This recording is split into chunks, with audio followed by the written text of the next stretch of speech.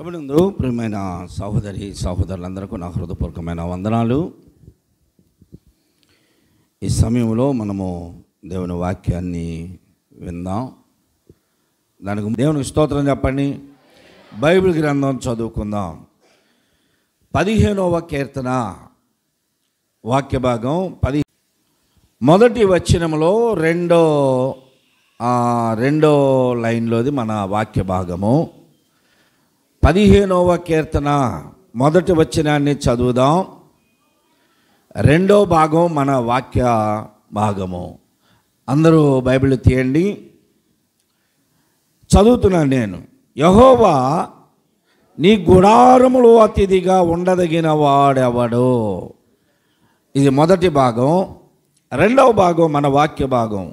నీ పరిశుద్ధ పర్వతము మీద నివసింపదగిన వాడెవడో. చాలు.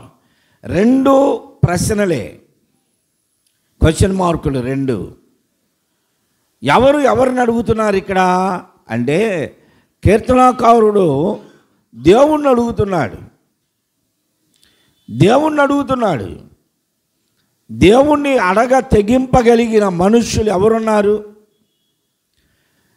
ఎలా ఎందుకు జరిగిందని మనం అడిగే అర్హత లేదు అని దైవజనుడు పాట రాశాడు.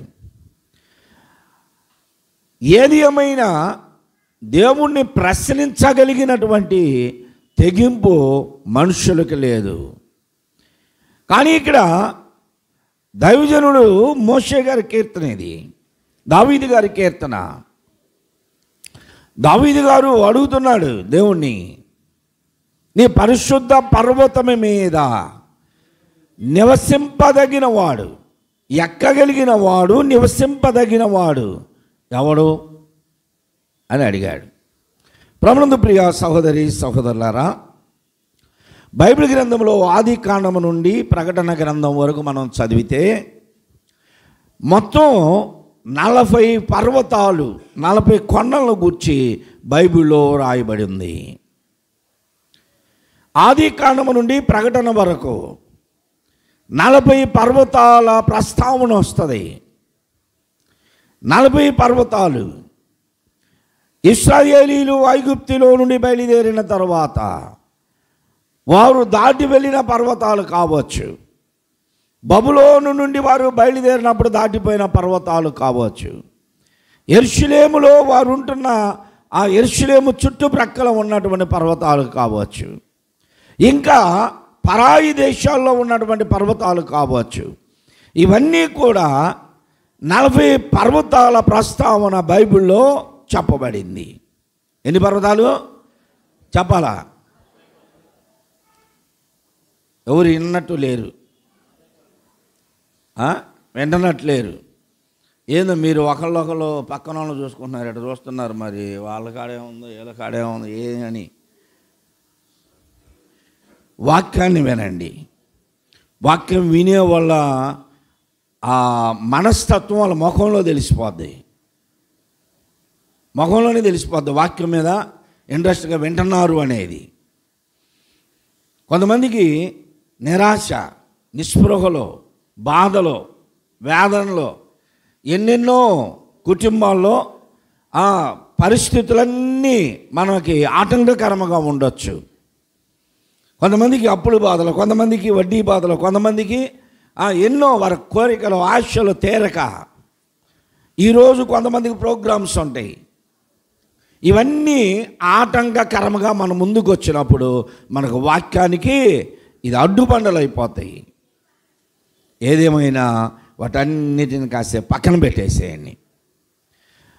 కాసేపు పక్కన పెట్టి కీర్తనకారుడు అడిగినటువంటి ప్రశ్నలో మనము కూడా ఉండాలి. మనము కూడా ప్రశ్నలో ఉండాలి. యెహోవా నీ పరిశుద్ధ పర్వతము మీద నివసింపదగిన వాడెవడు? నేనున్నానా అందులో? ఎవరికి వాళ్ళు ప్రశ్నించుకోవాలి. నేను ఉన్నానా? ఉన్నాము లేవు అనేది దేవుడు చెప్పాలి. ఎవరు దాని మీద ఉంటారు, ఎలాంటి వారు ఉంటారో దేవుడు చెప్తున్నాడు. కాబట్టి ప్రతి ఒక్కరు వాక్యం మీద ఆసక్తి కలిగి ఉండండి. దేవునికి స్తోత్రం చెప్పండి. ఆది కాండం నుండి ప్రకటన గ్రంథం వరకు 40 పర్వతాల ప్రస్తావన వచ్చింది. 40 పర్వతాలు మనకు ప్రాముఖ్యమైనవి కాదు.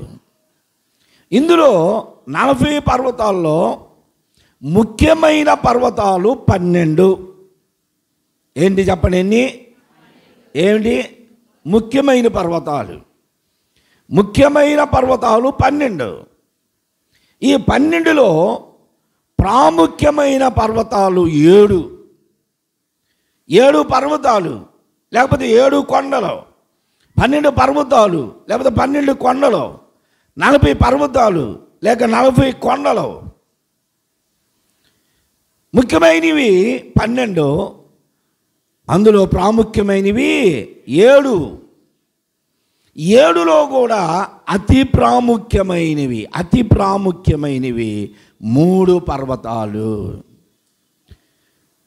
ఇప్పుడు చెప్పండి, వరుసగా మొత్తం ఆదికాండం నుంచి ప్రకటన వరకు ఎన్ని పర్వతాల ప్రస్తావన వచ్చింది? అందులో ముఖ్యమైనవి, ప్రాముఖ్యమైనవి, అతి ప్రాముఖ్యమైనవి 3. ఈ అతి ప్రాముఖ్యమైనవి, ముఖ్యమైనవి, అతి ప్రాముఖ్యమైనవి, ముఖ్యమైనవి బైబిల్లో ప్రస్తావనలోనికి వచ్చిన 40 పర్వతాల్లో ఏ పర్వతమును గురించి కాదు దావీదు గారు అడిగింది. దావీదు గారు అడిగినటువంటి పర్వతం ఒక ప్రత్యేకమైనటువంటి పర్వతం. మోషే గారు ఎక్కిన పర్వతం మీదకే భూలోకములో ఉన్నటువంటి 40 పర్వతాల్లో ఒక పర్వతం.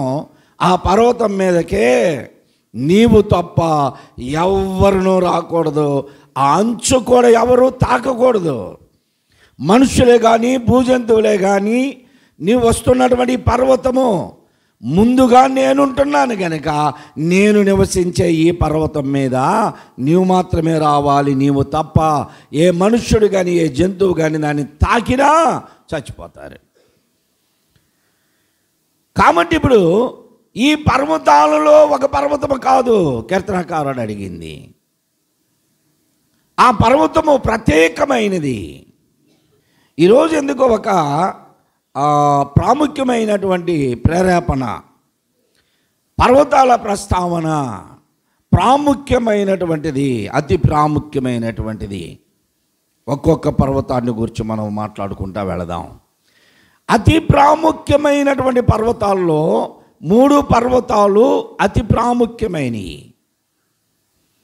ఏమిటి అతి ప్రాముఖ్యమైనటువంటి పర్వతాలు 3 అంటే, ఒకటి మొట్టమొదట మన ఆది పితృడైనటువంటి మన పితామహుడు విశ్వాసులకి తండ్రి అయిన అబ్రహాం గారు తన కుమారుడైన ఇస్సాకుని బలిగా అర్పించినటువంటి పర్వతం.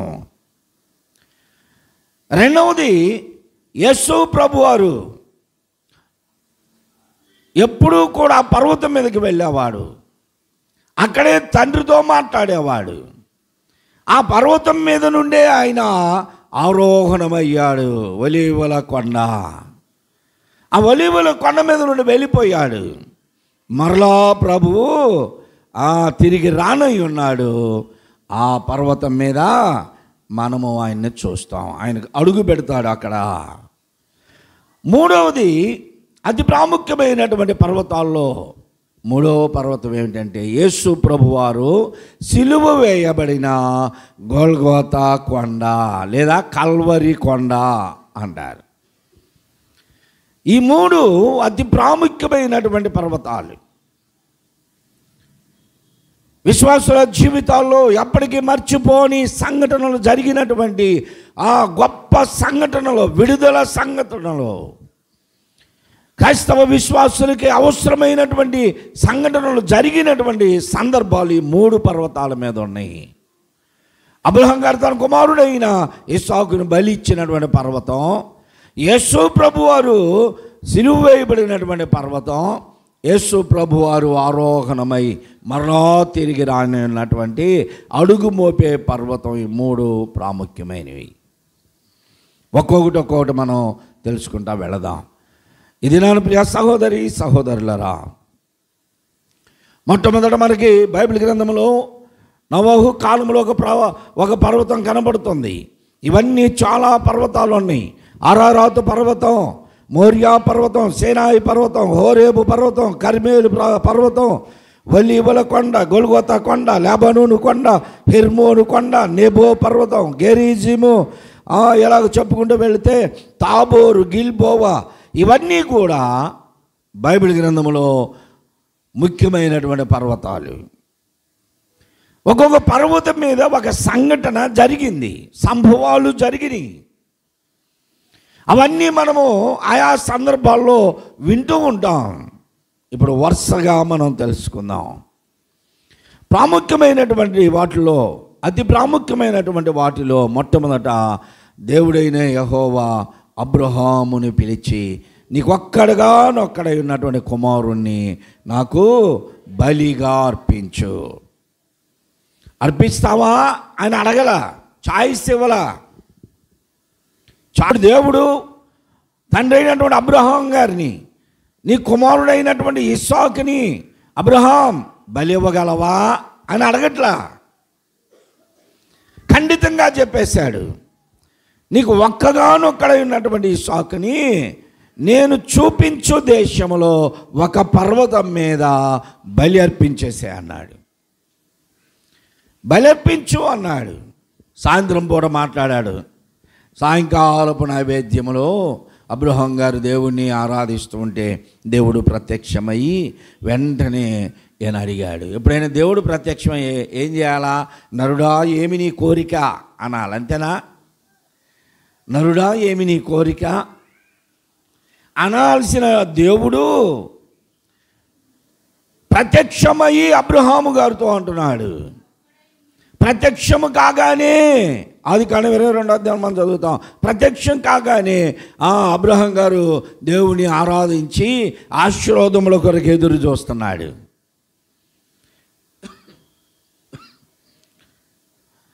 దేవుడు ప్రత్యక్షమైతే ఆశీర్వాదాలు రావాలనుకుంటాం కదా, వాస్తవమే. మరి అది భగవంతుని దర్శనం కలిగితే మనం ఆశీర్వదించబడాలి, మనకున్న అవసరత తీర్చబడాలి, మనకున్నటువంటి అధైర్యం పోయి ధైర్యంగా ఉండాలి, భయము పోయి నిర్భయత కలగాలి, మనకు ఒక స్వాతంత్రత, ధైర్యం రావాలి భగవంతుడు మనకు ప్రత్యక్షమైతే. కానీ ఇక్కడ జరిగింది ఏంటంటే, భగవంతుడు ప్రత్యక్షమయ్యి అబ్రహాం నేను నిన్ను దీవించబోతున్నాను అనలేదు. ఏమంటున్నాడు తెలుసా? అబ్రహాం తండ్రి చెప్పయ్యా,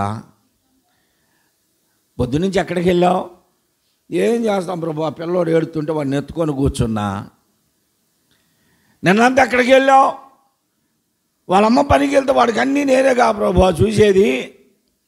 ఇప్పుడు వాళ్ళు అయితే అలాగ చెబుతారేమో. దేవుడు కూడా అబ్రహాం గారి దగ్గర ఇదే చూశాడు. నిన్న మొన్న పొద్దున అబ్రహాం గారితో మాట్లాడడానికి వస్తే అబ్రహాం గారి యొక్క ప్రవర్తనలో మార్పు గుర్తించినటువంటి ప్రభు ఇంతకుముందు నా కోసం కనిపెట్టేవాడు.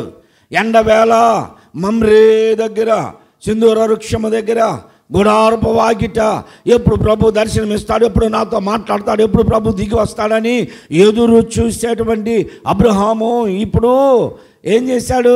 దేవుడే వచ్చి పిలుస్తున్నాడు. దేవుడే వచ్చి పిలుస్తాడు.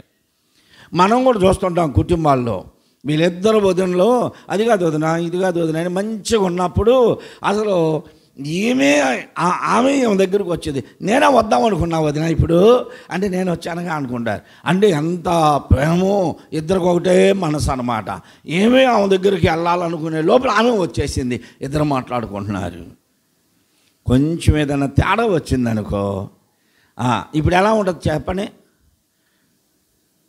కొంచెం తేడా వస్తే పొద్దున్నుంచి ఏంది పిల్ల రాలేదేంది అని మధ్యాహ్నం తర్వాత ఎవరు వెళ్తున్నా వదిన రమ్మనమ్మా కొంచెం అంటే, ఏంటి వదిన ఇవాళ పొద్దున్నుంచి అక్కడికి వెళ్ళలేదు ఏంటంటే, ఏం వెళ్తాం లేదా దగ్గరికి, ఏం వెళ్తాం లేదు వాడి దగ్గరికి. ఎందుకు? మనసులో ఏదో పడిపోయింది. బాగున్నప్పుడేమో, ఇష్టంగా ఉన్నప్పుడేమో వాళ్ళ తప్పులన్నీ కనపడవు మనకి. వాళ్ళ మీద మనం ప్రేమతో ఉన్నప్పుడు, వారంటే ఇష్టంగా ఉన్నప్పుడు, వారి మీద మనము అభిమానం పెంచుకుంటాం. వారిలో ఎవరన్నా ఇంకొకళ్ళు ఏంటి ఆ పిల్ల ఏదో మొన్న ఇట్లా అన్నదంట కంటే ఊరికో ఆ పిల్ల ఎందుకు అంటది అని మనమే కవర్ చేస్తాం దాన్ని.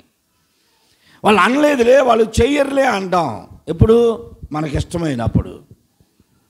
ఇప్పుడు ఇష్టం లేదు, ఇష్టం లేకపోతే ఏంటి వదిన అటు వెళ్ళలేదు, బ్రదర్ ఏంటి అటు వెళ్ళలేదంటే ఏం వెళ్తాంలే అంటాం. అంటే లేనిపోయిన దాన్ని మనం వాళ్ళ మీద జ్ఞానం మోపడానికి చూస్తాం. ఇప్పుడు ఎందుకు? అంతకుముందేమో దేవుని కోసం అబ్రహాం గారే ఎదురు చూశాడు. ఇప్పుడు దేవుడు వచ్చి అబ్రహాం అని పిలవాల్సి వచ్చింది. దేనికో నీవు దేవుణ్ణి విడిచి దేనికో నీవు లోనైపోయావు. ఏది నిన్ను బంధించింది? దేవుని కంటే ఎక్కువగా నీవు దేనిని ప్రేమిస్తున్నావు? దేవుని కంటే ఎక్కువగా నీవు దేనికి ప్రాధాన్యత ఇస్తున్నావు? దేవుని కంటే ఎక్కువ నీ జీవితంలో ఏది ప్రాముఖ్యత అయి ఉన్నది, దానికే నీవు ప్రిఫరెన్స్ ఇస్తావు. కాబట్టి ఆత్మీయ జీవితాన్ని కోల్పోతున్నావు, ఆధ్యాత్మిక జీవితం లేదు.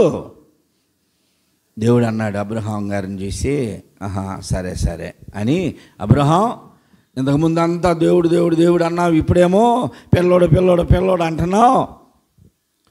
నీకు ఒక్కగానొక్కడై ఉన్నటువంటి నీ కుమారుని నేను చూపించు పర్వతం మీద మోరియా దేశంలో వెళ్ళి అక్కడ నీవు నేను చూపించు ఒక పర్వతం మీద దాని మీద దహన బలిగా అర్పించేసే అన్నాడు. దహన బలి ఏంటో తెలుసా? బలికి దహన బలికి చాలా వ్యత్యాసం ఉంది. దహన బలి ఏనే చేతులతో తీసుకెళ్ళి బగబగా మండుతున్నటువంటి మంటల్లో అలా పెట్టాలి.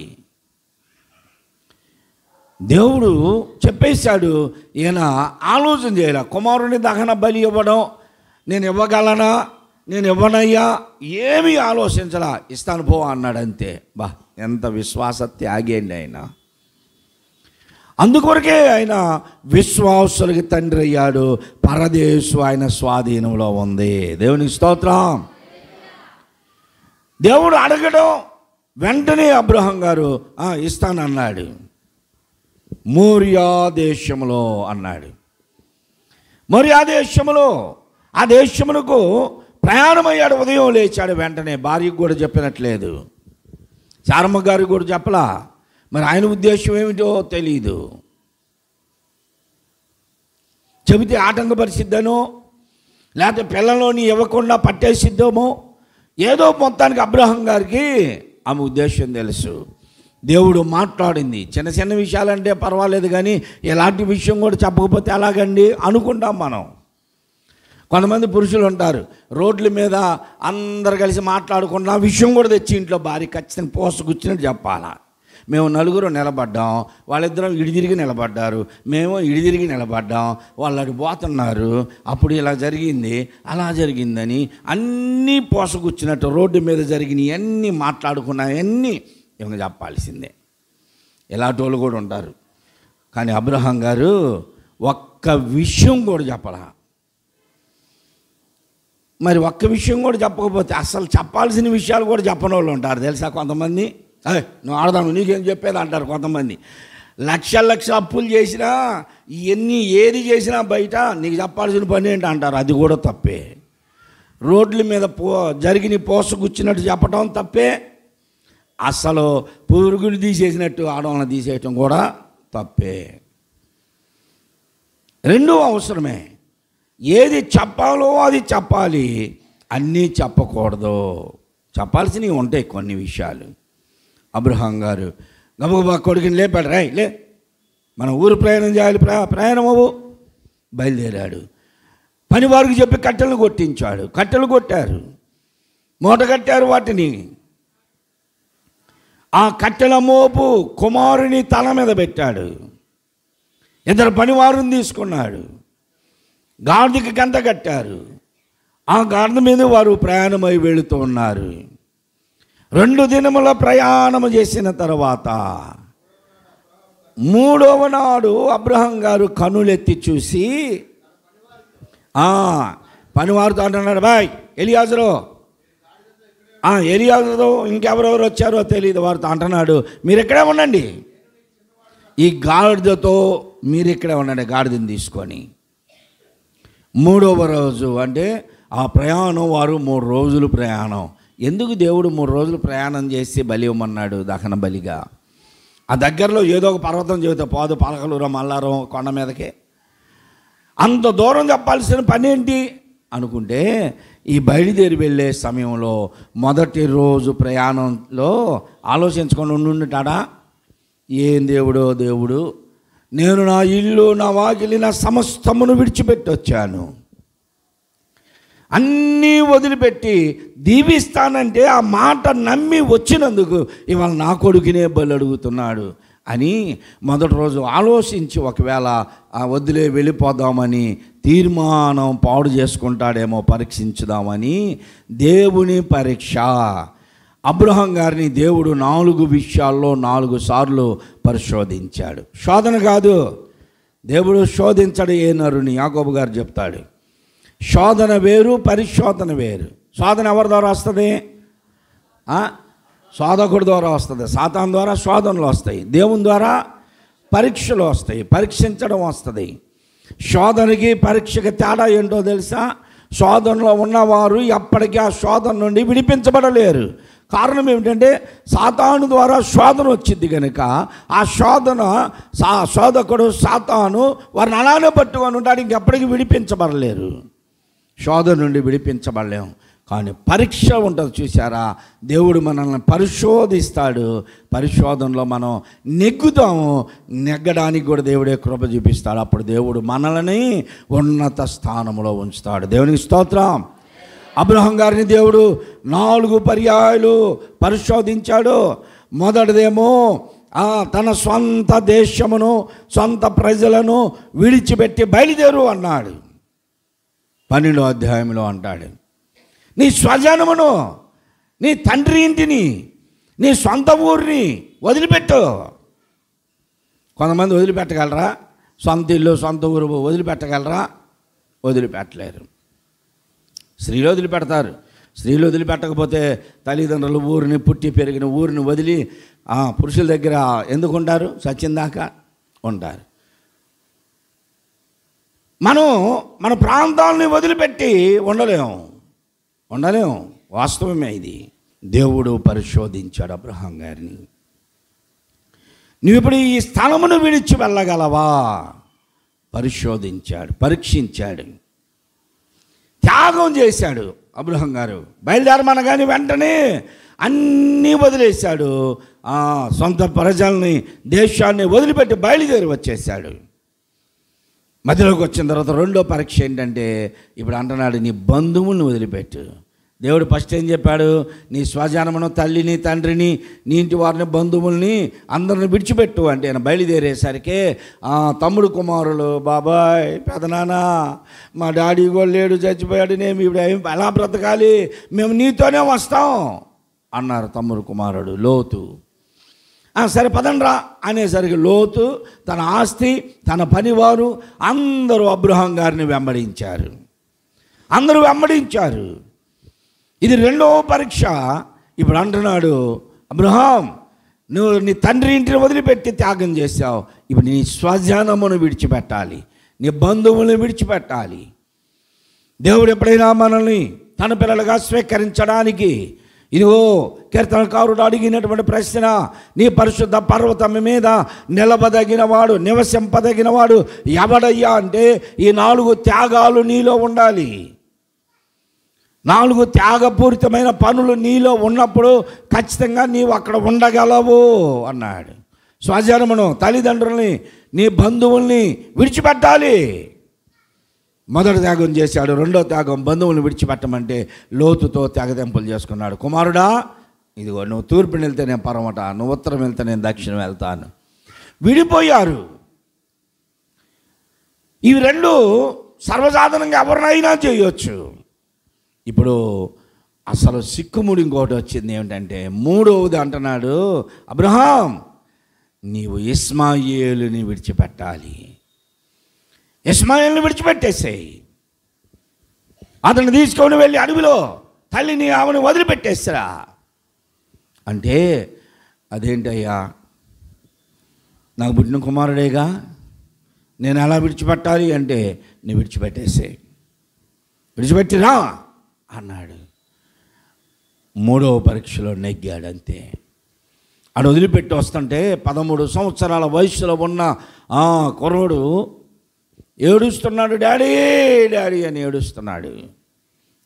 అయినా సరే దేవుడు అన్నాడు, వెళ్ళు, అతను నేను గొప్ప జనముగా చేస్తా, అతనిలో నుండి రాజులను పుట్టిస్తా నేను, అతని కొరకు నువ్వు దిగులు పడవద్దు, అతను బలమైన జనాంగం అవుతాడు, నువ్వు వెళ్ళిపో అన్నాడు. ఈ 3 పరీక్షలు పర్వాలేదు, నెగ్గాడు. కానీ 4వదే కఠినమైంది. 4వదే చాలా కఠినమైంది. ఏంటో తెలుసా? చాలామంది షుగర్ రాకముందు స్వీట్ తినరు, షుగర్ రాకముందు గంపలు బొచ్చలు తినరు, నార్మల్గా ఉంటారు. షుగర్ వచ్చిన తర్వాత డాక్టర్లు తినొద్దన్న తర్వాత ఇప్పుడు ఏది చూస్తే అది, ఏది పడితే తింటా ఉంటే ఈ కోడల్లో కొడుకులేమో నీకు బాగాలేదు వద్దు అంటే వీళ్ళు వచ్చి బయటికి చెబుతారు, నాకేం పెట్టట్లేదయ్యా, వాళ్ళు నీ ఆరోగ్యం కోసమే నీకు పెట్టట్లే, కానీ ప్రచారం మాత్రం ఎలా ఉంటుంది? ఈ వంగతో వాళ్ళు బెటరు, ఈ అట్నే జరుగుతుంటాయి, ఈ అట్నే జరుగుతుంటాయి. ఏది వద్దంటాడో దేవుడు, ఏది వద్దంటారో వైద్యులు, పేషెంట్ అదే చేస్తాడు. దేవుడు వద్దన్న అదే విశ్వాసి కూడా చేస్తారు. రక్షింపబడినటువంటి విశ్వాసులు ఎలా ఉండాలో బైబిల్ చెబుతూ ఉంది. అలా నిలబడి పరీక్షలో నెగ్గితే ఖచ్చితంగా మనము ఆ దేవుని పరిశుద్ధ పర్వతం మీద నివసిస్తాము అని దేవుడు చెప్తున్నాడు. 3 పరీక్షల్లో నెగ్గాడు. కానీ 4వది కఠినమైంది. మొదటిదేమో స్వదేశీ తీపి, స్వదేశం మీద ఆయనకి బాగా ప్రీతిగా ఉన్నాడు, దాన్ని వదిలిపెట్టేశాడు. 2వది బంధుప్రీతి, బంధువుల మీద ఎక్కువగా ఇంట్రెస్ట్ ఉంటుంది. చాలామంది చూడండి, ఖచ్చితంగా బంధువులు ఇళ్లలో మన తోడుకోళ్ళ వాళ్ళకి ఎవరిదో ఫంక్షను ఆదివారం రోజు ఖచ్చితంగా శనివారమే జంప్ అయ్యేవాళ్ళు ఉన్నారు. ఆదివారం ఉండరు, ఇంకా ఆరాధనకి విలువ లేదు వాళ్ళకి. శనివారం వచ్చేసరికి ప్లాన్ వేసుకుంటారు, ఎటు వెళ్దాం, రేపొద్దున ఎటు వెళ్ళిపోయి, అసలు తెల్లారిలా కనపడకూడదు, మళ్ళీ ఉంటే పాస్టర్ గారు అసలు అడుగుతారు, ఎవరు కనపడకుండా తెల్లారి మనం వెళ్ళిపోతే బాగుంటుంది. ఇట్లా ప్లాన్లు వేసుకునే వాళ్ళు కూడా ఉంటారు. దేవుడు ఏది వద్దన్నాడో అదే చేస్తున్నారు విశ్వాసులు. అందుకే అభివృద్ధి లేదు, అందుకే ఆత్మీయత లేదు, అందుకే విశ్వాసంలో స్థిరత్వం లేదు. శారీరకంగా అభివృద్ధి చెందుతున్న వారు చాలామంది ఉన్నారు, శారీరకంగా అభివృద్ధి చెందుతున్నారు, ఆస్తిపాస్తులు కూర్చుకుంటున్నారు, కానీ ఆత్మీయత లేని వారు చాలామంది ఉన్నారు. ప్రాంతీయ అభిమానం, బంధువుల అభిమానం, బంధుప్రీతి, రెండిటిని జయించాడు. ఇప్పుడు కడుపు కోత, ఏది? ఇస్మాయేలుని విడిచిపెట్టడం. ఈ 3 కంటే ఇప్పుడు ప్రాణమును త్యజించినట్లుగా 4వది ఏమన్నాడంటే, నీ కుమారుడైన ఇస్సాకుని నీవు దహన బలి అర్పించేసేయి. అసలు నీ ప్రాణమును ఆడబెట్టేయటమంతే.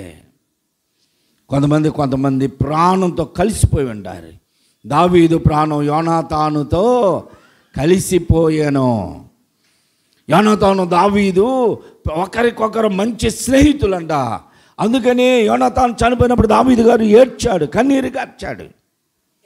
అయ్యో నా చెలికాడా యోనాతానా, అసలు నువ్వు సూర్యుడివి, వీరుడివి, అనామకులు చనిపోయినట్టు చనిపోయావు అని ఏడ్చాడు దావీదు గారు. ప్రాణంతో ప్రాణం కలిసిపోయింది. ఇప్పుడు తన కుమారుడి మీద తన ప్రాణమును పెట్టుకున్నాడు. ఇప్పుడు ఆయనే తన ప్రాణమును కట్టెల మీద పెట్టాలి. బలి అర్పణ అంటే, నేను ముగిచ్చేస్తున్నాను, దహన బలి అంటే ఇప్పుడు అక్కడ ఆ బిడ్డని బంధించాడే కానీ మోయలేడు. ఇంచుమించు 12, 13, 14 సంవత్సరాల వయస్సు కలిగినటువంటి యవనస్తుడు. అలాంటి యవనస్తుని వృద్ధాప్యంలో 100 సంవత్సరాలు దాటిన వృద్ధుడు ఆ బిడ్డని ఎత్తుకోగలడా? ఇప్పుడు నేను సాత్వికని ఎత్తుకొని ఏడు నుంచి ఆడదాకా పరిగెత్తగలనా? పోటీ పెడితే సాత్వికని ఎత్తుకొని నేను ఆడదాకపోతే మధ్యలో పడేస్తావాడిని. మొయ్యలేం. అబ్రహాం గారు బంధిస్తుంటే దారిలోనే పనివారిని ఆపేశాడు. ఇప్పుడు కుమారుడు కట్టెల మోపు పెట్టుకొని పర్వతం ఎక్కుతున్నాడు. ఈ దృశ్యమంతా యేసు ప్రభు శిలువ కార్యములో నెరవేర్చబడింది. దేవుని స్తోత్రం. అబ్రహాము ఎక్కువగా ప్రేమించిన కుమారుడు ఇస్సాకు. అలాగనే దేవుడు చేత ప్రేమించబడిన వారు యేసు ప్రభు. యేసు ప్రభు సిలువనెత్తుకొని ఆ పర్వతం ఎక్కటం, ఇస్సాకు కట్టెల మోపు పెట్టుకొని పర్వతం ఎక్కటం సాదృశ్యంగా ఉంచాడు. తీసుకొని వెళ్ళి ఆయన బంధించాడు. కట్టెల మీద పెట్టడానికి వీలుగాల. దారిలో అడిగాడు, డాడీ మనం కట్టెలు తీసుకెళ్తున్నాం, నిప్పు తీసుకెళ్తున్నాం, కత్తి తీసుకెళ్తున్నాం, బలి ఇవ్వడానికి బలి పశువేది అని అడిగాడు. ఆ మాటలకు తండ్రి గుండె ఎంత గాయపరచబడి ఉంటుందో తెలుసా? నిన్నేరా నేను బలి ఇచ్చేది అని ఒకవేళ అన్నాడు అనుకో, ఇప్పుడు ఆ పిల్లోడు ఉంటాడు అక్కడ, పరిగెత్తడా? పారిపోతాడుగా.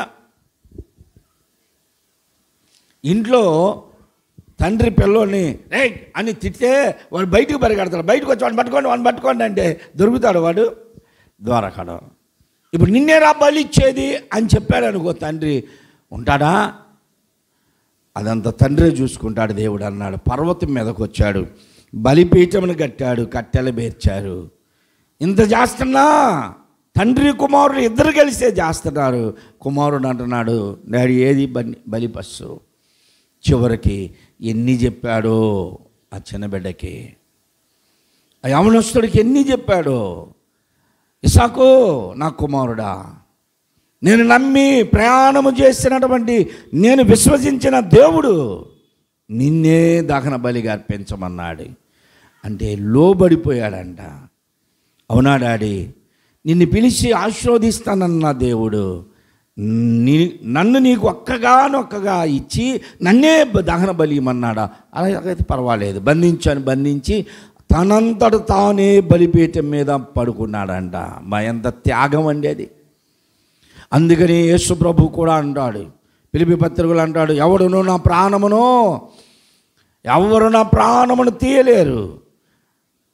యేసు ప్రభు పిలాతుతో అంటాడు, నా అంతట నేనే నా ప్రాణమును పెడుతున్నాను, తిరిగి నా ప్రాణమును నేనే తీసుకుంటాను. ఆయన ఎవరు చంపివేయలేదు. ఇస్సాకు యవనస్తుడు తనంతట తానే బలిపీఠం మీద పడుకున్నాడు. యేసు ప్రభు తనంతట తానే సిలువ అప్పగించుకున్నాడు. 3వ దినమున ఇక్కడ పునరుద్ధానము కూడా కనబడుతుంది. ఆ ఇస్సాకుతో పాటు వచ్చిన 2 సాక్షులకి గుర్తు. యేసు ప్రభు సిలువ వేయబడినప్పుడు ఎంతమంది ఉన్నారు? 2 దొంగలు అటు ఇటు ఉన్నారు, 2 సాక్షులు. ఇప్పుడు యేసు ప్రభు 3వ దినము పునరుద్ధానం ఇక్కడ కనబడుతూ ఉంది. ఎలాగూ అంటే 3వ దినమున ఈ బలిపీఠం మీద నుండి ఇస్సాకు లేపబడ్డాడు. దేవుడు అన్నాడు, ఆ బిడ్డ పడుకోగానే అబ్రహాం కత్తినెత్తాడు బలి ఇవ్వడానికి. వెంటనే దేవుడు ఆపేశాడు. అబ్రహాం, నీవు నా కొరకు ఏదైనా చేయగలవని నేను నమ్ముతున్నాను. నీ కుమారునిది, అదిగో పొదల్లో ఉన్నటువంటి గొర్రె పిల్లని తీసుకొచ్చి బలి అన్నాడు. 3వ దినమున అతడు బలిపీఠము నుండి తిరిగి లేపబడ్డట్లుగా యేసు ప్రభువారు పునరుద్ధానుడుగా లేపబడ్డాడు. దేవునికి స్తోత్రం. ఇది మోరియా పర్వతం. రాజుల గ్రంథంలోనికి వచ్చినప్పుడు, దినవృత్తాంతముల గ్రంథంలోనికి వచ్చినప్పుడు 2వ దినవృత్తాంతములు 3:1 సొలొమోను గారు ఇదే పర్వతం మీద దేవాలయమైన కట్టాడు అని ఇప్పటికీ యూదులు అలాగనే అక్కడ ఉన్నటువంటి ముస్లిమ్స్ అంతా నమ్ముతూ ఉంటారు. ఈ పర్వతం మీద మా తండ్రి అయినటువంటి అబ్రహాము తన కుమారుని బలి ఇచ్చినటువంటి స్థలం ఇది. ఇందులో గుడి కట్టుకున్నాం అని ఆడ గుడి కట్టాలని వారందరి వాదన ఇప్పుడు అదే. కాబట్టి ప్రియ సహోదరులారా, 40 పర్వతాల్లో మనకు ముఖ్యమైనవి 12, ప్రాముఖ్యమైనవి 7, అతి ప్రాముఖ్యమైనవి 3. ఆ మూడిట్లో మనకు ముఖ్యమైనటువంటిది అబ్రహాం గారు కుమారుని బలి ఇచ్చిన పర్వతం. ఆ పర్వతమును గురించి మనం తెలుసుకున్నాం. ఇప్పుడు ఇక్కడికి వస్తే కీర్తనకారుడు తెలియజేశాడు. ఆయన అంటున్నాడు, నీ పరిశుద్ధ పర్వతం మీద నివసింపదగిన వాడెవడయ్యా. పరిశుద్ధ పర్వతం మీద నీకు అతిథిగా ఉండడం, గుడారంలో నివసించడం అది ఒక భాగం. కానీ దేవుని పరిశుద్ధ పర్వతం ఉంది. ఆ పర్వతం మీదకి ఎవ్వరూ రాలేరు. అది నిత్యము అగ్నిగోళముగా మండుతూ ఉంటుంది. అందులో నివసించాలి. దేవునితో కూడా ఉండదగిన వారు. పరిశుద్ధమైనటువంటి పట్టణం అది. ఆ పరిశుద్ధమైన పర్వతం మీద ఉండదగిన వారు ఎవరంటే 2వ వచనంలో అంటున్నాడు, యథార్థమైన ప్రవర్తన కలిగి నీతిని అనుసరించువారు. ఇప్పుడు దేవుడు నివసించే స్థలంలో ఎవరు నివసిస్తారంట? దేవుడు మనకు వాగ్దానం చేశాడు. యోహాను సువార్త 14లో అంటున్నాడు, మీ హృదయములను కలవరపడనీయకుడి, తండ్రి యందు విశ్వాసం ఉంచారు, నా యందును విశ్వాసం ఉంచుడి. నా తండ్రి ఇంట అనేక నివాస స్థలములు ఉన్నాయి, లేని ఎడల నేను మీతో చెప్పుదును. నేనుండు స్థలములో మీరును ఉండులాగునా అన్నాడు. నేనుండే స్థలములో, తండ్రి ఇంట అనేక నివాస స్థలములో ఉన్నాయి, ఎన్నో నివాస స్థలములు ఉన్నాయి. అందులో ఎక్కడో ఒక దగ్గర ఉంటే చాలు అనుకుంటామా? లేకపోతే యేసు ప్రభు ఉండే స్థలంలో ఉందామనే ఆశ ఉందా నీకు? నాకైతే మాత్రం అక్కడ ఉండే స్థలాల్లో ఏదో ఒక స్థలం ఇస్తాడు, దేంట్లో దాంట్లో ఉండిపోండి అంటాడు. అది కాదు నాకు కావాల్సింది. ఆయన ఉండే స్థలములో ఆయన ముఖ దర్శనము చేయడం. దేవునికి స్తోత్రం. అదే పాటల్లో మనం ఎన్నో పాటల్లో పాడతాం, తేజవాసుల స్వాస్థ్యము. ఆయన ముఖ దర్శనము చేస్తూ వాడు ఉండడం, ఆయన ఉన్న స్థలములో ఉండడం. నేనుండు స్థలములో మీరును ఉండులాగునా, నేను వచ్చి మరలా మిమ్మల్ని తీసుకొని వెళతానని వాగ్దానం చేశాడు దేవుడు. ఇప్పుడు అక్కడ మనం వెళ్ళాలి అంటే ఎలా పడితే అలా వెళతామని కాదు. పూజలు, పునస్కారాలు, పుణ్యకార్యాలు, ధర్మకార్యాలు, దాన ధర్మాలు, వస్త్రదానం, వాటర్ దానం, క్వార్టర్ దానం, ఇలాగ ఎన్నో దానాలు ఉన్నాయి. ఈ దానాలు ఏదో ఒక దానం చేస్తే సరిపోద్దులేండి అనుకుంటే సరిపోదు. చాలామంది ఇప్పుడు వస్త్రదానం చేస్తున్నారు, ఆహార దానం చేస్తున్నారు, చాలామంది కంటి దానం చేస్తున్నారు, రక్తదానం చేస్తున్నారు, ఎన్నెన్నో దానాలు చేస్తున్నారు. ఇవన్నీ చేసినా మనిషిలో మార్పు లేకుండా నువ్వెన్నీ ఈ కార్యాలు చేసినా మంచివాడుగా చూపించబడతారే తప్ప పరిశుద్ధులుగా చూపించబడరు. పరిశుద్ధులు మాత్రమే ప్రభుతో ఉండేది. దానిని ఇక్కడ అంటున్నాడు, యథార్థమైన ప్రవర్తన కలిగి నీతిని అనుసరించేవారు, హృదయపూర్వకముగా నిజము పలుకువాడు, అట్టివాడు నాలుకతో కొండెములాడడు, తన చెలికానికి కీడు చేయడు. ఇప్పుడు ఇదిగో ఇక్కడ చెప్పిన ఈ లిస్ట్ ప్రకారం ఎవరుంటారో వారు మాత్రమే దేవుని సన్నిధానంలో ఉంటారు. ఎవరుంటారో వారే.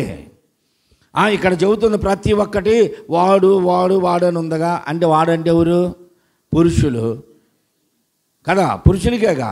వాడు నీతిపరుడై ఉండాలి, వాడు మంచివాడై ఉండాలి, నిజం పలకాలి, యథార్థవంతుడుగా ఉండాలి, అన్ని పురుషులకేలే, స్త్రీలకు లేదు అనుకుంటాం మనం. సరే, ఇప్పుడు మరి స్త్రీల గురించి రాయాలనుకో, పురుషుల గురించి అయితేనేమో నిజం పలుకువాడే, యథార్థంగా ఉండువాడే, కొండెములు ఆడనివాడే అన్నారు. ఆడవాళ్ళ గురించి రాయాలంటే ఏం రాయాలి? ఇప్పుడు చెప్పండి. ఆడవాళ్ళ గురించి రాయాలంటే అది ఇది అని రాయాలిగా. అది ఎబ్బెట్టుగా ఉంటుంది. అందరికీ కలిపే ఇది రాయబడింది.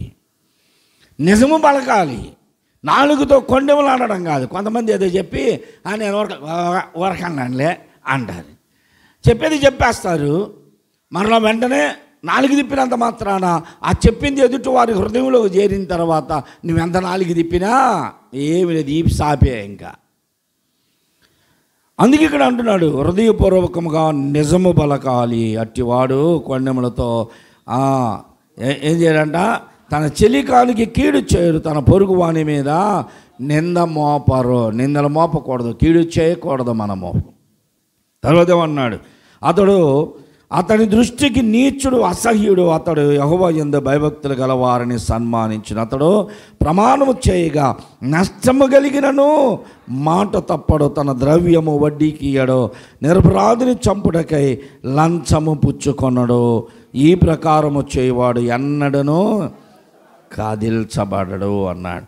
ఇదే విషయాన్ని 24వ అధ్యాయంలో కూడా చెప్పుకొచ్చాడు.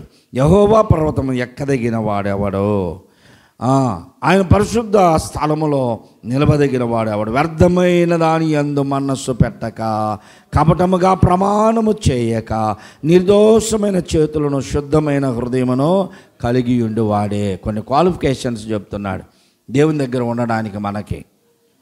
ఆ మధ్యకాలం చాలామంది నియమ నిబంధనలు ఎలా ఉంటాయి అంటే, వీళ్ళకి కష్టంగా ఉన్నప్పుడు నియమాన్ని పాటిస్తారు, నిబంధన పాటిస్తారు. వీళ్ళకి అనుకూలంగా ఉందనుకో, ఆ నియమం లేదు, నిబంధన లేదు, ఏమీ లేదు, అన్నీ వదిలేస్తారు. మనలో కూడా లేరా విశ్వాసులు? ఇంట్లో ఏదన్నా కష్టం రాని, ఆయనకి ఏదన్నా దెబ్బ తగలని, ఆయనకి ఏదన్నా బాధ రాని, లేకపోతే పిల్లలకి ఏదన్నా జ్వరం రాని, అప్పుడు వీళ్ళకు విశ్వాసం పొంగుకొచ్చింది. ఇక వెంటనే ఏదో ఒక మూలక చేరేది, ప్రభువా ఆయనకి బాగు చేయ్యా, పిల్లలకు బాగు చేయ్యా, అదయ్యా ఇదని ఏడుస్తారు. అసలు ఇక చూస్తే వాళ్ళని చూస్తే అమ్మో ఇంత విశ్వాసం ఉంది వీళ్ళల్లో, వీళ్ళు ఎందుకు ఇంత దిగజారిపోయారు అనుకుంటాం. అది తగ్గిందనుకో వాళ్ళకి. ఇక ఆ సమయంలో మాత్రం ప్రార్థనకి ముందే ఉంటారు. అది తగ్గిందా పిల్లలకు కానీ ఆయనకి కానీ ఏమకు కానీ ఎంత అసలు లేదా, తెల్లారి 750 కట్టాలడు అక్కడ ఏం చేయాలి ప్రభువా, నువ్వెయ్యయ్యా నువ్వెయ్యయ్యా అనుకుంటా అటు తిరుగుతారు. ఇక అబ్బో ఎంత విశ్వాసం పొంగిపోద్దాం. ఇంక రేపు నుంచి నేను దేవుళ్ళు బాగానే ఉంటా ప్రభువా, ఎట్టకట్ట చేయ్యా అని అవి దొరికినాయి అనుకో, ఇంకా రెండో రోజు మళ్ళీ నెల దాకా మన ఆయన చూడబోయాడా మనకెందుకులే అని చెప్పేసి ఉంటారు. మనలాంటి వాళ్ళకి ఒక కథ చెప్పబడింది. ఒకసారంట కొంగ భగవంతుడి దగ్గరికి వెళ్ళిందంట. కొంగ నంగ అనబాకండి, నువ్వు పెద్ద నంగలేమంటారు చూసారా, కొంగ నంగ కాదు కొంగ. భగవంతుడి దగ్గరికి పోయిందంట. భగవంతుడి దగ్గర పోయి, భగవంతుడా నాకు పిల్లలే ఉండట్లేదయ్యా, నువ్వేదో ఒకటి చేయి, నాకు కొంచెం మంత్రిచ్చిన నీళ్ళు ఇవ్వటం లేకపోతే ఏదో ఒకటి చేసి నాకు పిల్లలు కావాలి అంటే దేవుడు అన్నాడంట, కొంగ నువ్వు ఉండలేవు అసలు, నక్కతో, కొంగ కాదు నక్కతో నువ్వు ఉండలేవు నక్క, ఎందుకు అనవసరంగా అంటే, కాదు నేను ఉంటాను అన్నాడంట. సరే ఇటా అని చెప్పేసి కొన్ని నియమాలు చెప్పాడంట. నువ్వు నీచు తినకూడదు, వేటాడకూడదు, వేట మాంసం తినకూడదు, అన్ని కాయగూరలు ఆకుకూరలు ఇవే తినాలి అంటే ఉంటాను అన్న. సరే నేను దేవుడు ఏం చేశాడంటే ఒక తాయిత్తు లాంటిది మెల్ల వేసాడు, జంజం వేసి, ఇది నీ మెల్ల ఉంచుకో, నువ్వు ఎటు వెళ్ళినా సరే నియమంగా నిష్టగా ఉంటావని. ఇక నక్క హాయిగా జంజం వేసుకొని బయటికి వచ్చేస్తూ ఉంది. దేవుడు దీని బుద్ధి తెలిసినాడు కాబట్టి దీని బుద్ధి పరీక్షించాలని ఆ వచ్చే దారిలో చిన్న గుంట పెట్టి దాని నిండా చేపలను ఎండ్రకాయలు వేసాడు. బాగా గెసగెసగెసలు ఆడుతున్నాయి. ఇది వెళ్తూ ఉంటే టకటక కొట్టుకుంటూ ఉంటే అటు చూసింది. దానికి బాధ వేసింది. నేను ఆటాడు తినే రోజుల్లోనేమో దేవుడు తక్కువడు కాదు, ఒక్క చేపను కూడా ఇలా, ఒక్క ఎండ్రకాయను కూడా ఇలా. ఎప్పుడైతే నేను పత్యం అనుకున్నానో ఇప్పుడు అన్నీ దొరుకుతున్నాయి, అన్నీ కళ్ళ ముందే ఉన్నాయని ఒక అడుగు బయటికి వేసింది. మళ్ళీ దానికి వెళ్ళే చూస్తుంది. మళ్ళీ రెండో అడిగే వద్దన్నాడుగా దేవుడు అనుకుంటా ముందుకు వెళ్తుంటే తన ప్రాణం వెనక్కి బిగుతుంది, మళ్ళీ వెనక్కి వస్తుంది. చూస్తుంది, దేవుడు పైనుండి చూస్తున్నాడు. నీ బుద్ధి నాకు తెలుసు. బాప్తిసం తీసుకున్నప్పుడు మాత్రం నేను అన్నీ మానేస్తాను ప్రభు అనుకోవటమే. ఎవరు లేనప్పుడేమో ఇవి పెట్టుకోవడం అను. ఇప్పుడు వచ్చే కొత్త పాటలు ఏందయ్యా, అవి పెట్టుకొని పెద్ద సౌండ్ పెట్టుకొని, అదేదో కొత్త పాట ఈ మధ్యకాలం ఒకటి వచ్చిందిలే, అది పెట్టుకొని చూస్తుంది ఒక అమ్మాయి.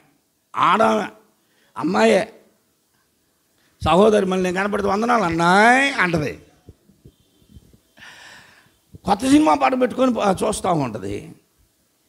ప్రార్థన టయానికి మళ్ళీ అబ్బో అసలు ఎంత అసలు వీళ్ళ కంటికి ఎవరు లేరు, అట్లా బయలుదేరి వస్తారు.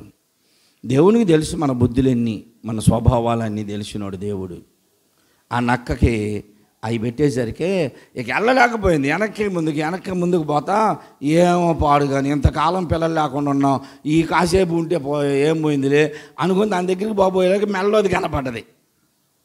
మెల్లోదు వేసిన జంజం కనపడేసరికి ఇది ఒకటి అడ్డం ఎందుకు తీసి చెట్టుకు తగిలిచ్చింది.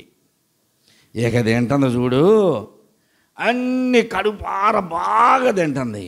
ఎంతలో నకా అన్నాడు దేవుడు. ఒక్కసారి ఉలిక్కిపడి నువ్వు ఎడే ఉన్నావు చూస్తున్నావని పరిగెత్తింది. ఇక మరణం ఆగింది, గసపెట్టి అనేసరికి నకా అనేసరికి మళ్ళీ పరిగెత్తింది. ఆ చెట్టుల్లో దూరే సమయంలో ఒక పొల్ల గుచ్చుకొని కంటిలో కన్నుపోయింది. కన్ను పోయేసరికి ఇప్పుడు నకా అనేసరికి ఏం చెప్పు అంటుంది. ఇప్పుడు దాకా పరిగెత్తింది, ఇప్పుడు కన్ను పోయిన తర్వాత ధైర్యంగా నిలబడా ఏంటి చెప్పు అంటుంది.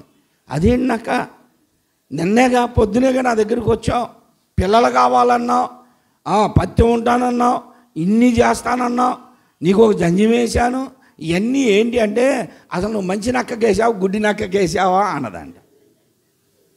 నువ్వు సరిగ్గా చూడు, నువ్వు వేసింది నాకు కాదు, నువ్వు మంచి నక్కకేసి ఉంటావు, నీ గుడిదాన్ని చూడు అన్నదంట.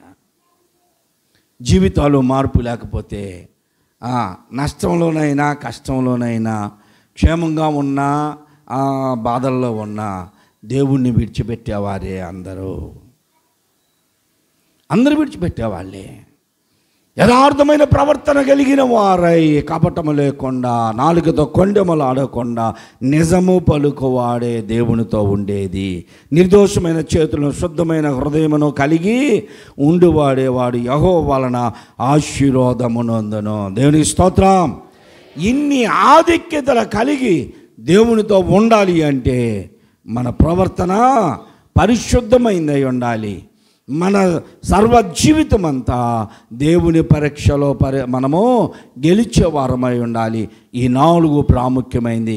అబ్రహాం గారు తన సొంత ప్రదేశమును ఆ ప్రాంతీయ అభిమానమును చంపుకున్నాడు, విడిచిపెట్టాడు. రెండోది బంధుప్రీతి విడిచిపెట్టాడు, వాళ్ళను వదిలిపెట్టేశాడు. మూడోది కడుపు కోత, తన గర్భాన్ని పుట్టిన బిడ్డలను కూడా దేవుని కొరకు త్యాగం చేశాడు.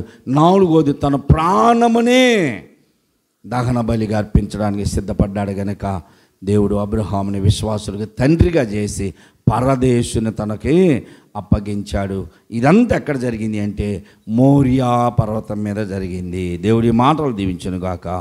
ఆమేన్. అందరూ లేచి నిలబడదాం. అందరూ లేచి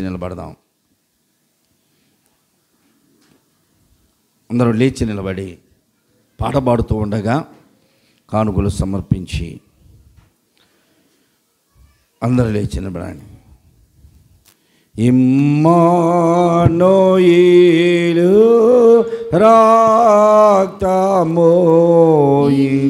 రక్తమోయింపైన యుటాగు ఓ పాపియా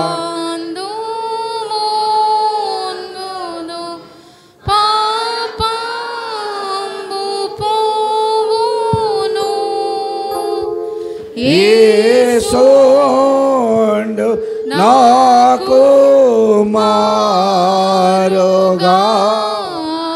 శివ జావగా శ్రీ యేసు రక్త మే పొడు శ్రా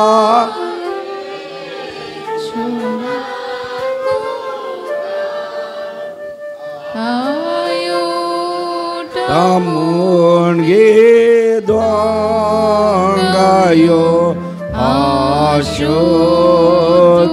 dayeno nenati papi ni podu nenandu mungodon యేసోండు నాకు మారుగా Jaruga Asilva Jabada Sri Yesurata Me Podo Sraminchu Nakuga. ప్రేమ నమ్మకములు గల మా పరలోకపు తండ్రి, మీ ప్రియ కుమారుడు మా రక్షకుడైన యేసుక్రీస్తు పరిశుద్ధ నామములో ఈ మధ్యాహ్న కాల సమయంలో మా ప్రభువా మీ పాద సన్నిధానములో చేరి ఈ రీతిగా మిమ్మల్ని స్తుతించడానికి మీరిచ్చినటువంటి మంచి సమయమును బట్టి మీకు వందనాలు, స్తోత్రాలు నాయన. గడిచిన దినములన్నిటిలో మీ ఉచితమైన కృప చేత మమ్మల్ని కనికరించారు, బలపరిచారు, ఆదరించారు, ఆయుష్ పెంచారు, ఆరోగ్యమును దయచేసి ఆరాధనలో పాలు పొందే ధన్యత మాకు అనుగ్రహించినందుకు మీకు వందనాలు, స్తోత్రాలు నాయన. ఈ దినమున చూడలేక వేలాది మంది లోకాన్ని విడిచిపెట్టగా ఏ యోగ్యత లేని మమ్మల్ని సజీవులుగా వచ్చినందుకు వందనాలు, స్తోత్రాలు నాయన. ఈ దినమున చేరి వచ్చిన మేమందరమును పాటల ద్వారా మిమ్మల్ని స్తుతించాం, పాటల ద్వారా మమ్మల్ని బలపరిచిన తండ్రి మీకు వందనాలు, స్తోత్రాలు అయ్యా. ఈ దినాన మా ప్రభువా అల్పుడను అయోగ్యుడైన నన్ను మీరు యోగ్యపరిచి భారభరితమైనటువంటి పనిని బాధ్యతతో నిర్వర్తించుటకు మీరు చూపిస్తున్న కృపను బట్టి మీకు వందనాలు, స్తోత్రాలు నాయన. కొన్ని నిమిషాలు మీ పక్షాన నన్ను నిలబెట్టి వాడుకున్నందుకు వందనాలు, స్తోత్రాలు. ఆ దినమున మా విశ్వాసులకు తండ్రి అయిన మా పితరుడైన అబ్రహాం గారి యొక్క త్యాగమును మేము చూసాము నాయన. తన 4 విషయాల్లో మీరు పరీక్షించగా అతడు 4 విషయాల్లో కూడా పరీక్షలో గెలిచాడు. మీ ద్వారా బల నమ్మకమైన దాసుడా అనిపించుకున్నాడు గనుకనే పరదేశును తన స్వాధీనంలో ఉంచారు. అయ్యా ఈ దినాన మేము ఈ లోకమును విడిచిపెడితే పరిశుద్ధులుగా, నీతిమంతులుగా, విశ్వాసముగా అయ్యా మా నిరీక్షణ కోల్పోకుండా మా యాత్రను కొనసాగించి మేము తొదముట్టిస్తే మా కొరకు నీతి కిరీటం ఉంచబడి ఉంది. అది మా ప్రభువా మేము పరదేశులు అబ్రహాం గారి రొమ్మున ఆనుకొనుటకు కొనిపోబడతామని అయ్యా మేము నిరీక్షిస్తున్నాం. కనుక తండ్రి ఈ 4 విషయాల్లో మేము కూడా ప్రాంతీయ అభిమానము, బంధు ప్రీతి, కడుపు కోత, ప్రాణాపాయం వచ్చిన నమ్మకముగా ఉండులాగా సహాయమును దయచేయండి. మీ ఎదుట యోగ్యులముగా ఉండినట్లుగా సహాయమును దయచేయండి అయ్యా. అబ్రహాం ఇస్సాకుని దహన బలిగా అర్పించుటకు వెనుకాడలేదు గనుక విశ్వాసుల జాబితాలో చేర్చబడ్డాడు. అయ్యా మేము కూడా విశ్వాసమునకు కర్తయు దానిని కొనసాగించువాడైన యేసు వైపు చూస్తూ మా పరుగు పందెములు ఓపికగా పరిగెత్తులాగున సహాయమును దయచేయండి. వెనుకంజ వేయకుండా, వెనుదిరిగి చూడకుండా అయా మా జీవిత యాత్రను మేము కొనసాగిస్తూ ప్రభువా పరిశుద్ధ పర్వతము మీద నీతో పాటు నివసింపదగిన వాడు అవడు అని కీర్తనకారుడు అడిగినట్లుగా అడిగిన వారిలో మేము కూడా ఉన్నాము గనుక అయ్యా నీతో పాటు ఉండలాగున, నీ గుడారములో నీకు అతిథిగా ఉండదగిన వాగున మా జీవితాలను సరి చేసుకుంటూ కపటమైన మాటలు మాట్లాడకుండా, నాలుగుతో కొండెములు పలగకుండా నిజము పలుకుతూ నిర్దోషమైన హస్తములు కలిగి అయ్యా మేము విశ్వాసకు తగినట్లు మాదిరికరముగా నీ ఎదుట యోగ్యులముగా బ్రతుకున్నట్లుగా సహాయమును దయచేయండి. నీ రాక బహు సమీపముగా ఉన్నది. నీ రాక ఆలస్యమైన మేము ఈ లోకమును విడిచిపెట్టేవారమే గనుక అయ్యా ఈ కొలది దినాల్లో ఈ కొంచెము కాలము ఆయుష్లో నిర్దోషముగా నీ ఎదుట యోగ్యులముగా బ్రతుకున్నట్లుగా సహాయమును దయచేయమని అడుగుచున్నాం. చేరి వచ్చినటువంటి వారిని బట్టి వందనాలు. నా బలి అనేక మంది వాక్యాన్ని విన్నారయ్యా. వాక్యానుసారముగా బ్రతకడానికి వారు కూడా మా ప్రభువా తీర్మానించుకొనుటకు సహాయమును దయచేయండి నాయన. మా ప్రభువా మా జీవిత కాలం అంతటిలో కూడా ఎన్నో లోపములు, ఎన్నో అయ్యా నీకు వ్యతిరేకమైన కార్యములు తండ్రి, వాటన్నిటిలో మమ్మల్ని క్షమించారు, నీ బిడ్డలుగా స్వీకరించారు అయ్యా. నీ పరిశుద్ధ పర్వతం మీద నీతో పాటు నివసించగలిగిన యోగ్యులుగా దినదినము అయ్యా మేము సిద్ధపడలాగున సహాయమును దయచేయండి. తిరిగి వెళ్ళడండిగా గృహములో చేరుపరి యంత్రం మీ కాపుదలాన్ని గురించి మీ కృపలో బలపరిచి ఈ రాత్రి కాలపు కూటమి కొరకు మమ్మల్ని సిద్ధపరచమని అంతా కూడా నాయన క్రమముగా అన్నీ కలుస్తున్నాయి కనుక ఇది మనం వచ్చినప్పుడు మీరు తోడుగా ఉన్నారు. తిరిగి వెళ్ళనండిగా చిన్నపిల్లలు, యవనస్తులు, వృద్ధులు, అనారోగ్యులు ప్రతి ఒక్కరిని మీరు ముట్టి స్వస్థపరిచి ఆశీర్వాదించి దీవించి గృహములో చేరుపరి యంత్రం మీ కాపుదలాన్ని గ్రహించమని మా ప్రభువును మా రక్షకుడైన యేసుక్రీస్తు పరిశుద్ధ నామములో అడిగి వేడుకొంచున్నాను తండ్రి. ఆమేన్. పరలోకమందున్న మా తండ్రి, నీ నామము పరిశుద్ధ పరచబడును గాక, నీ రాజ్యము వచ్చును గాక, నీ చిత్తము పరలోకమందు నెరవేరుచున్నట్లు భూమి అందును నెరవేరును గాక. మా అనుదినాహారము నేడు మాకు దయచేయము, మా రుణస్తులను మేము క్షమించిన ప్రకారము మా రుణమును క్షమించము, మమ్మను శోధనలోనికి తేక దుష్టు నుండి తప్పించుము. ఎలయనగా రాజ్యము, బలము, మహిమ నిరంతరము నీవేనా.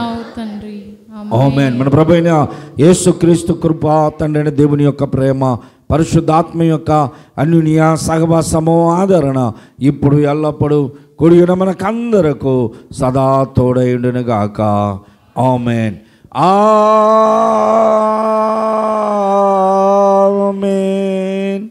ఆమేన్.